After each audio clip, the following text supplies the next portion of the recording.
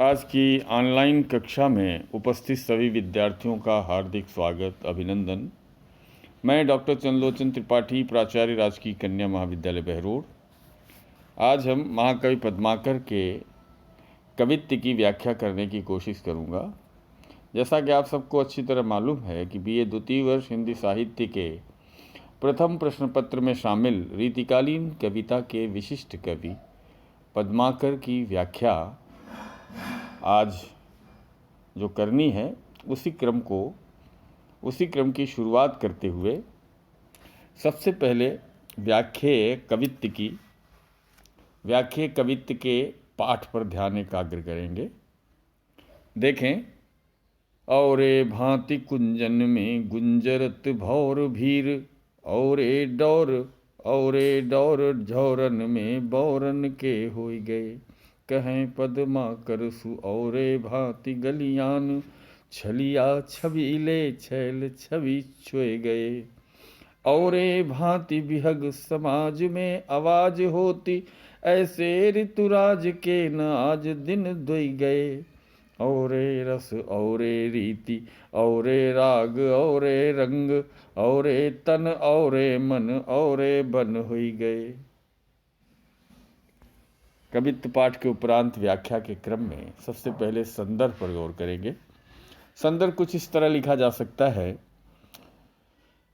स्वाभाविक मधुर कल्पना के माध्यम से अत्यंत सजीव मूर्ति विधान करने में प्रवीण, रीतिकालीन कविता को अपनी वाणी द्वारा रीतिकाल के अंतिम दौर में पूर्ण उत्कर्ष पर पहुंचाने वाले रीति परंपरा के परमोत्कृष्ट कवि पद्माकर द्वारा प्रणीत यह कवित्व पद्माकर कवित्व से आग्रहित है।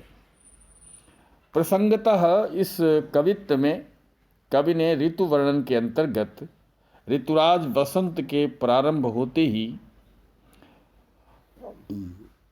पूरे जगत में उसका प्रसार कैसे होता है, उसका वैभव कैसे निखरता है, इसका बहुत ही सांगोपांग निदर्शन किया है इस कवित्व में। अब हम एकाग्र होंगे इसकी व्याख्या पर। व्याख्या करने के पूर्व देखें कि गुंजरत भौर भीर, भौरों का झुंड, भीड़, डौर झौरन में बारों, जो मंजरियों के जो झौर हैं वही डौर है। औरे डौर झौरन में बौरन के हुए गए, जो झुंड के झुंड बौर हैं। बाकी इसमें अर्थ शब्दार्थ की दृष्टि से सरल है। आप देखें, महाकवि पद्माकर कह रहे हैं कि औरे भांति कुंजन में गुंजरत भौर भीर।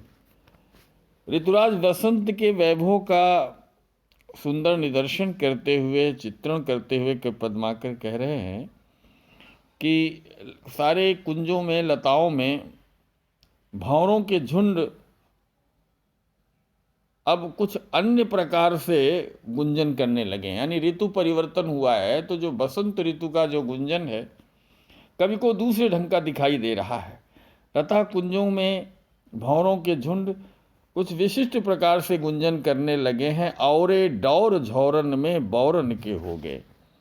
और अब आम के पेड़ों पर जो मंजरियों के झुंड हैं, डौर झौरन में मंजरियों के झुंड हैं, समूह हैं, वो भी बौरन के हो गए, वो भी बौरा गए हैं। एक विचित्र प्रकार की, औरे बिल्कुल अलग, अर्थात एक विचित्र प्रकार की मादक गंध से, सुगंध से भर उठे हैं।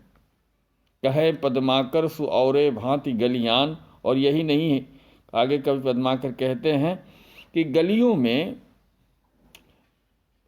बहुत सुंदर औरे कहे पद्माकर सु औरे भांति गलियान, छलिया छबीले छैल छवि छुए गए।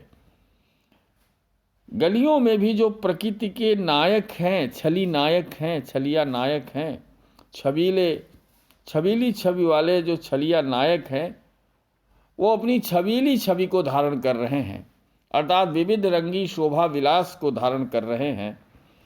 यानी गलियों में भी प्रकृति के छलिया नायक अपने वैभव से, अपने छवि विलास को धारण कर रहे हैं, यानी शोभा विलास को धारण कर रहे हैं।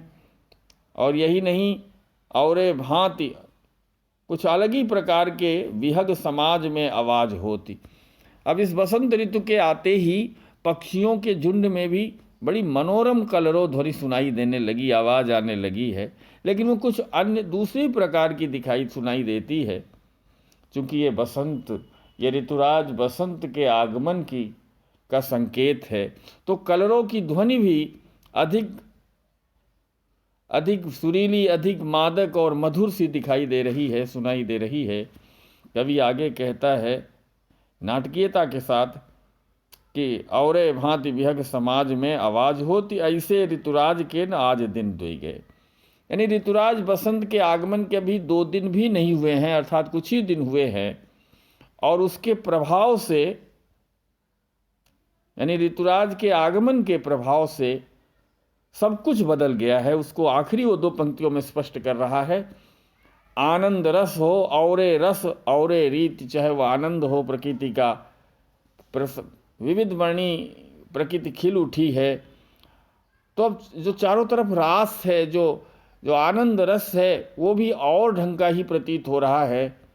आनंद रस हो, चाहे आचार व्यवहार की रीति हो, आचार व्यवहार की क्रियाएं हो, राग हो, रंग हो, शरीर हो, शरीर और मन पर रीति, राग और रंग, औरे तन औरे मन, तन और मन पर भी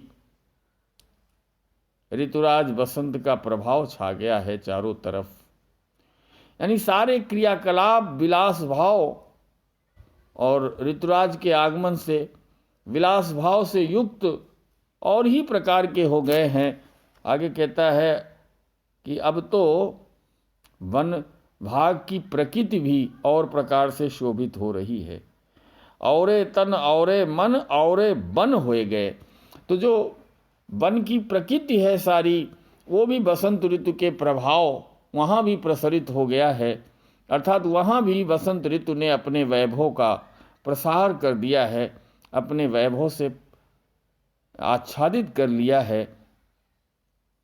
कुल मिलाकर कवि यहाँ कहना चाहता है कि वसंत आगमन अभी कुछ ही दिन हुए, 2 ही दिन हुए, लेकिन उसके प्रभाव में संपूर्ण सृष्टि, सारा वन वैभव, सारे वन में उसका वैभव फैल गया है। संपूर्ण प्रकृति में, तन में, मन में, राग रंग में, आचार विचार की क्रियाओं में बसंत की मादकता और बसंत की सुगंध, बसंत का रंग निखर कर सामने आ गया है।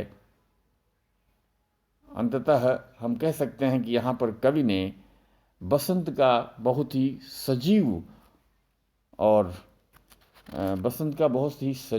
स्वाभाविक चित्रण किया है। जैसा कि कविवर पद्माकर की विशेषता है कि अपनी प्रवाहपूर्ण भाषा में वो क्रिया विदग्धता का पूरी नाटकीयता के साथ चित्रांकन करते हैं। जो भावपूर्ण चित्र यहाँ पर दिखाए हैं, औरे रस औरे रीति औरे राग और रंग, औरे रंग औरे तन औरे मन औरे बन हो गए, तो जो प्रवाहपूर्ण भाषा में क्रिया विदग्धता का चित्रांकन, वहाँ पर एक संगीतात्मक संयोजन भी दिखाई देता है, अगर हम आलोचनात्मक टिप्पणी के रूप में देखें, और ये बात पूरी तरह यहाँ पर प्रमाणित हो रही है। दूसरी चीज़, इनके चित्रों की एक और बड़ी विशेषता है क्या, कि इनके चित्र बड़े सवाक, एक सादृश्य विधान, एक दृश्य विधान रचते हैं सामने, प्रत्यक्ष दृश्य विधान। और अगर भाषा पर टिप्पणी करें तो आचार्य शुक्ल भाषा की अनेक रूपता को प्रतिमान मानते रहे हैं। इस दृष्टि से उन्होंने पद्माकर की भाषा की अनेक रूपता को देखते हुए इनकी भाषा की तुलना गोस्वामी तुलसीदास की भाषा से की है। इस बात से समझा जा सकता है कि पद्माकर की भाषा के कितने रंग, कितने रूप हैं। यहाँ भाषा का जो प्रवाहपूर्ण रूप है वो अपने आप में बहुत ही प्रशस्य बन पड़ा है, ये कहने की ज़रूरत नहीं है।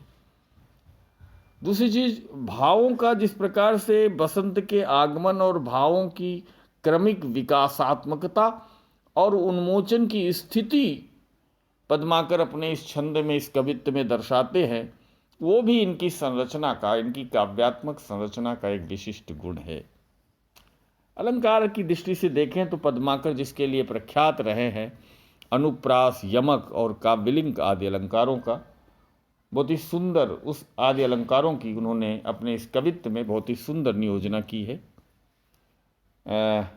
अंततः मैं समझता हूँ कि आज इस व्याख्या से आप पद्माकर को और अच्छे ढंग से समझने की कोशिश करेंगे और पद्माकर का निरंतर अध्ययन करते हुए उनकी कविताओं को, चाहे वो वसंत ऋतु पर लिखी हुई कविता हो अथवा श्रृंगार रस पर, हालांकि ये वसंत ऋतु का वर्णन भी ये पूरे श्रृंगार रस को ही लिए हुए है, लेकिन विशुद्ध श्रृंगार रस की जो रचनाएं हैं उनका भी हम आगे पाठ करेंगे। आज आप सब लोगों ने इस कवित्व की व्याख्या को सुनने का जो मनोयोग पूर्वक सुना, पूरे ध्यान और पूरे चित्त की एकाग्रता के साथ, उस सब के लिए आप सबको बहुत बहुत धन्यवाद।